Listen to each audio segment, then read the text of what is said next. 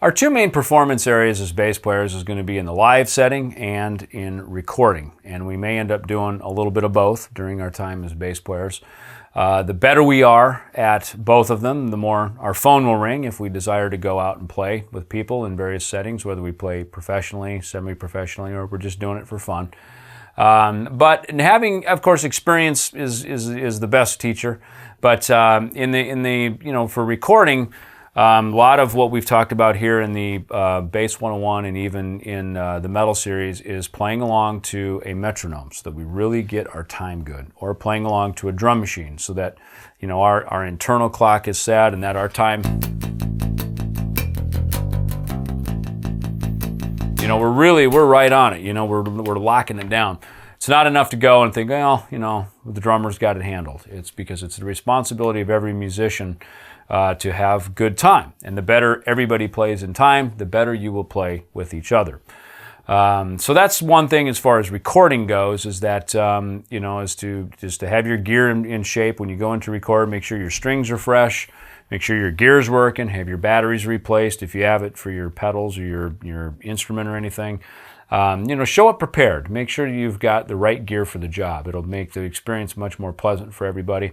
If you've got a couple of basses, bring a couple of them along. Sometimes one bass sounds good in a certain setting. Sometimes another bass sounds good elsewhere. I usually bring along, I've got several basses I leave at home now, specifically for recording purposes. And then I have my other basses here that I take out on the road for my live performance. That way they're kind of both set up and the parameters of them are tweaked accordingly for what their actual applications are. As far as live performance goes, a lot of things that can change in the live setting, and there's a lot of things that are out of our control. Hopefully you're packing the house and the place is full and there's a lot of stuff going on. Just know that when you show up to sound check is not a rehearsal. Each of us need to practice our parts. We need to show up and rehearse with our group or our ensemble, and then when it comes time to get to the venue, that's a time that we need to know our parts. We need to be prepared.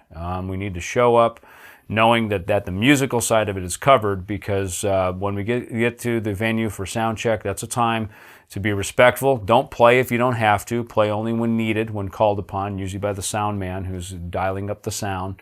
Usually they like to get the drums, then the bass, and then the other melodic instruments and the voices up above.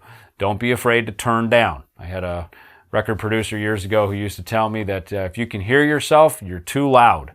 So don't be so concerned with I have to hear myself. Lots of times if you're playing in most places that have a PA system, and if your bass is going through the PA, let the sound man deal with it. That's his job. Your job is to play the notes, play them good, make them swing, make them rock, and get the people in the room rocking. So leave some of the audio stuff up to the professional out front of house who's listening to the band like at the same perspective that the audience is listening to it. So one of the things I like when I'm on the stage is just know that whatever it sounds like at sound check in an empty room, it's gonna sound different when you get to the actual performance, and there's going to be people there. People, bodies, clothes, etc. suck up sound. It's gonna sound different. I like warm, sweaty rooms. The bass usually sounds good in those kind of rooms. I like hollow stages as opposed to hard concrete stages. The bass usually sounds better in those kind of places.